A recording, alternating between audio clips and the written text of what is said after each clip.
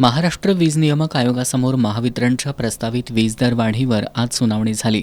या सुनावणीला ऑनलाईन उपस्थित राहिलेले आमदार सतेज पाटील यांनी महावितरणच्या प्रस्तावित वीज दर वाढीला जोरदार विरोध केला.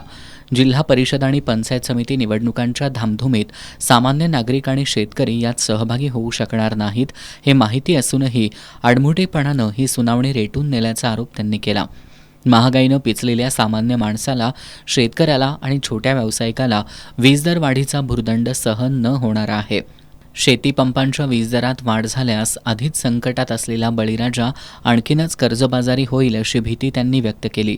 एकीकडे हे सरकार दावोसला जाऊन 30 लाख कोटींच्या गुंतवणुकीचे स्वप्न दाखवतं आणि दुसरीकडे महाराष्ट्रातील उद्योगांना देशातील सर्वात महागडी वीज पुरवतं हे वास्तव मांडत आमदार सतेज पाटील यांनी जर महाराष्ट्रात उद्योगांसाठी वीज दर इतर राज्यांपेक्षा जास्त असतील तर नवीन गुंतवणूकदार इथं का येतील असा सवाल आमदार सतेज पाटील यांनी उपस्थित केलाय.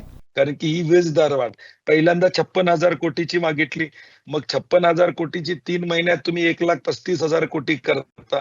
मग तुमचे कॅल्क्युलेशन्स एवढे चुकतात कसे की 56,000 कोटी पहिला जे हिअरिंग होतं, माझी आकडेवारी कदाचित थोडी मागं पुढे झाली तर समजून घ्या, परंतु 56,000 कोटीची मागितली होती का 53,000 कोटीची, आणि मग ताबडतोब तुम्ही 1,35,000 कोटीची आता वीज दरवाढ त्या ठिकाणी मागता.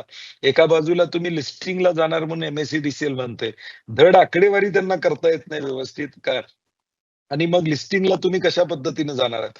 तर आमचं प्रामाणिक मत आहे की मागच्या हिअरिंग मध्ये आम्ही जे मुद्दे मांडले होते ते ऑन रेकॉर्ड तुमच्याकडे आहेत, ते ऑन रेकॉर्ड कन्सिडर करावेत. हिअरिंग जरी झालं असलं तरी मला म्हणजे आम्ही कायद्याचं ज्ञान आम्हालाही आहे, आम्हाला नाही अशातला भाग नाही आहे. मागच्या हिअरिंग मधलं काहीच तुम्ही विचारात धरणार नसला तर हे चुकीचं आहे.